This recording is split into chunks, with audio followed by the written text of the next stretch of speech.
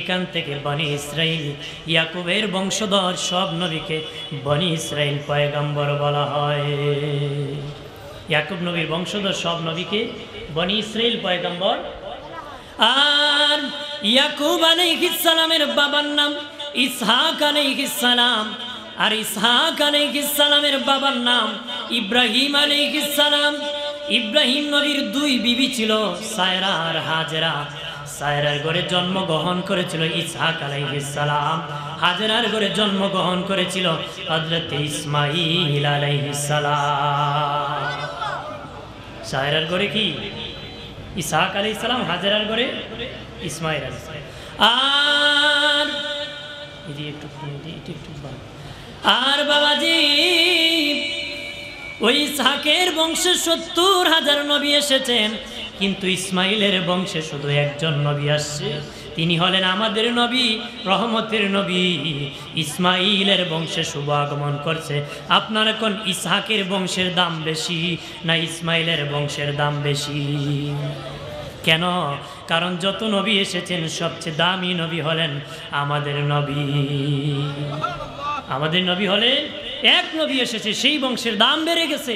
৭০,০০০ নবী আসছে, সেই বংশের চেয়েও বনি ইসমাইল বংশের দাম বেশি। আরো দূরে কম বন্ধুরে আমার নবী আগমনের আগে খবর দিয়েছে, আলোচনা করেছে। আদম নবী আলোচনা করেছে, শীষ নবী আলোচনা করেছে, ঈসা নবী আলোচনা করেছে, মুসা নবী আলোচনা করেছে, ইসহাক নবী আলোচনা করেছে, ইয়াকুব নবী আলোচনা করেছে, ইউসুফ নবী আলোচনা করেছে। যত নবী আল্লাহ পাঠাইছে সব নবী আমার দিনের নবীর আলোচনা করে করে তারা বিদায় হয়ে গেছে। নবী আসার আগেও আলোচনা হয়েছে, নবী বিদায়ের পরেও আলোচনা হইতেছে। শুধু এখানেই শেষ নয়, কিয়ামতের আগ পর্যন্ত নবীর প্রশংসা চলবে। শুধু এখানে নয়, কবরে যেদিন যাইবা আর কাউকে পাবা না, সেখানে নবীকে পাইবা। হাসরে যেদিন উঠবা বিপদের সময় সব নবীদের বিপদ কাটায় দিবে আমার নবী। আর জোরসে কোন সুবহানাল্লাহ। বন্ধুরে আমার খেয়াল করেন, ভালো করেন, আল্লাহ নবী শুভ আগমন করবেন। নবীর দাদার পেশানিতে নবীর নূর মুবারক শিনুর নবীর বাবা আব্দুল্লাহর পেশানিতে আসলেন। বিয়ের মাধ্যমে মা আমেনার রেহেমের মধ্যে আমার নবী চলে গেলেন। পৃথিবীর অনেক নারীরা সন্তান প্রসব করেছে গো, কিন্তু ৩ জন নারী বাচ্চা প্রসব করেছে, তাদের পেট ১ ইঞ্চি উঁচা হয় নাই। বাচ্চা প্রসব করেছে ঠিক, কিন্তু পেট ১ ইঞ্চি উঁচা হয় নাই ৩ নারী। একজন হলেন মুসা নবীর মা। মুসা নবী যখন মায়ের পেটে ছিলেন ওনার মার পেট ১ ইঞ্চি উঁচা হয় নাই। আর একজন ঈসা নবীর মা মরিয়ম, ঈসা নবী যখন মরিয়মের পেটে ছিলেন মরিয়মের পেট ১ ইঞ্চি উঁচা হয় নাই। আর একজন হলেন আমাদের নবীর মা রাহমাতাল লিল আলামিনের আম্মাজান মা আমেনা রাদিয়াল্লাহু তাআলা আনহা। নবী যখন পেট মুবারকে ছিলেন মা আমেনা কয় আমার পেট ১ ইঞ্চি উঁচা হয় নাই। আরো জোরে কম। নবী আসার আগে বাবা ইন্তেকাল হয়ে গেলেন। আল্লাহু আকবার বলেন না। আমার আল্লাহ বলেন আমার বন্ধুর শান বাড়ানোর জন্য, ইজ্জত বাড়ানোর জন্য তার বাবাকে আমি পৃথিবীর থেকে নিয়ে গিয়েছি। আল্লাহু আকবার বলেন না। কারণ তার বাবা যদি বেঁচে থাকতো গো, তাহলে তার মায়ের ঘরে একজন ভাই হতো, সন্তান হতো, তার ছোট ভাই তাকে বড় ভাই বলতো। নবীর কাছে যেন বড় ভাই কেউ না বলে, নবীর শান অনেক বড়, যদি আপন ভাই হয় ভাই ডাকবে।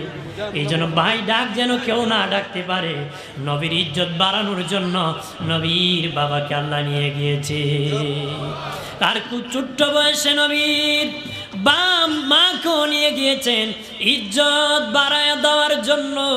আল্লাহ বলেন নবীর ছেলে সন্তান আমি দিয়েছি, কিন্তু নাবালক অবস্থায় তাদেরকে আমি বিদায় দিয়েছি আমার নবীর শান মান বাড়ায় দেওয়ার জন্য।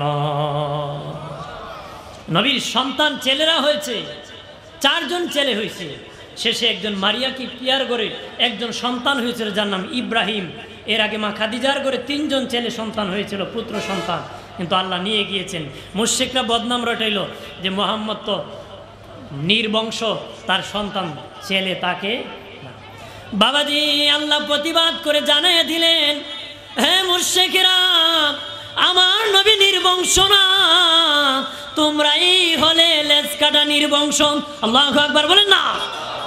আর নবীর বিরোধিতা করলে আল্লাহ প্রতিবাদ করে, আল্লাহ আমি আমার নবীর সন্তানকে কেন নিয়ে গেছি জানোনি?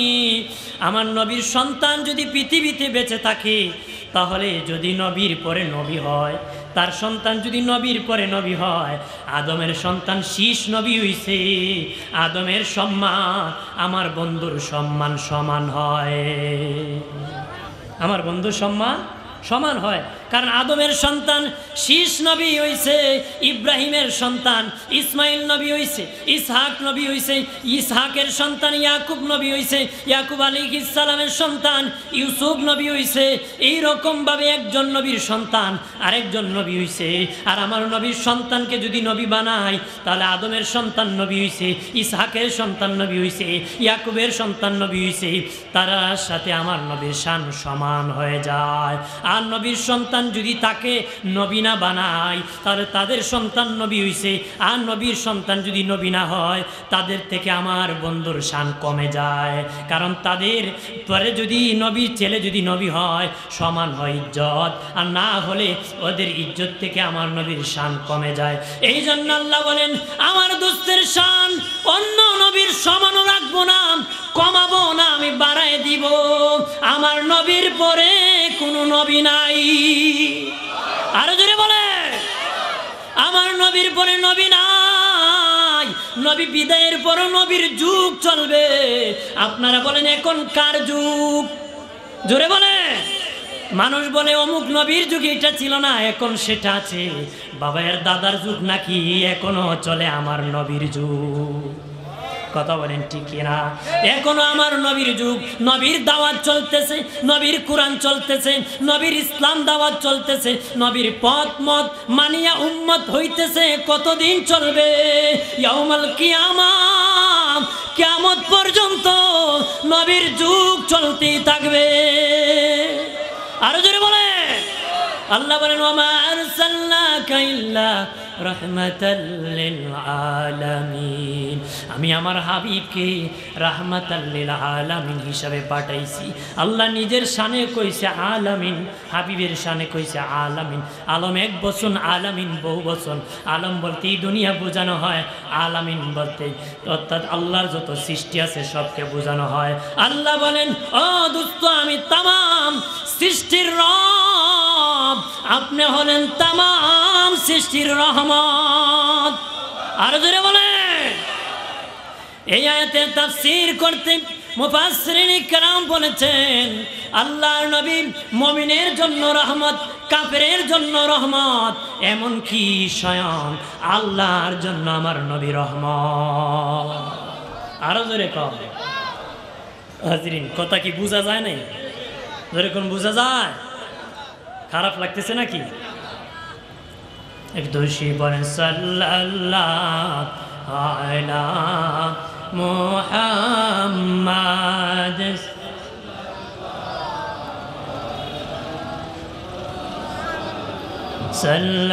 সাল্লাল্লাহু আলা সাল্লাল্লাহু। আমল নামায় দুরুদ শরীফ বেশি যান, হাসরের দিন সুপারিশ আগে তার সাল্লাল্লাহ। মোহব্বতে বাজি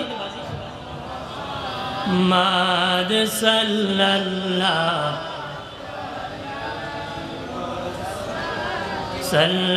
সাল্লাল্লাহু আলা মুহাম্মাদ সাল্লাল্লাহু। আমার প্রাণের দুস্থ বুজুর্গরানে, নবী মুমিনের জন্য রহমত, কাফেরের জন্য রহমত।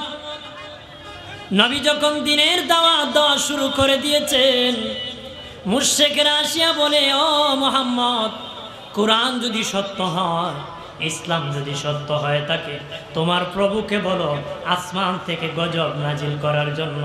গজব যদি নাজিল হয় তখন বুঝতে পারবো তুমি সত্য, কোরআন সত্য। এটা এই আয়াতের তাফসীর কত বলতেছে। আমার আল্লাহ ডেকে বলেন, ও হাবিব তাদেরকে জানিয়ে দেন, তাদেরকে বলে দেন, তারা যদি গজব দেখতে চায় পূর্বের নবীর যুগের গজবগুলা যেরকম দেখে, পূর্বের নবীর যুগে আমি পাপ করা মারতে আমি আল্লাহ আযাব দিছি, গজব দিছি, সাথে সাথে পানিশমেন্ট দিয়েছি, কিন্তু এখন আর আসমান থেকে গজব নাজিল করব না গো। আপনার রাহমাতাল লিল আলামিন জমিনে আছেন, ওই রহমতের মধ্যে আমি আল্লাহ নিজে আছি, সেখানে গজব দেওয়াটা আমি আল্লাহর শুভ হবে না রে। এই আয়াতের তাফসিরে আজিজিয়ার মধ্যে, তাফসিরে দুররে মনসুরের মধ্যে এনেছেন পূর্বের যুগের গজবের কথা। কারণ নবী রহমত থাকার কারণে পাপ করার পরে গজব আসে না। আর পূর্বের যুগে যারা পাপ করতো সাথে সাথে পানিশমেন্ট আসতো। তাফসিরে আজিজিয়ার মধ্যে আনছে, তাফসিরে দুররে মনসুরের মধ্যে আনছে আয়াতের তাফসির। বলে ওই যে হাতি, আমাদের দেশে হাতি আছে কিনা, জোরে কোন আছে কিনা? ওই হাতিও ছিল মানুষ, হাতিও ছিল মানুষ। এটা কেমন মানুষ?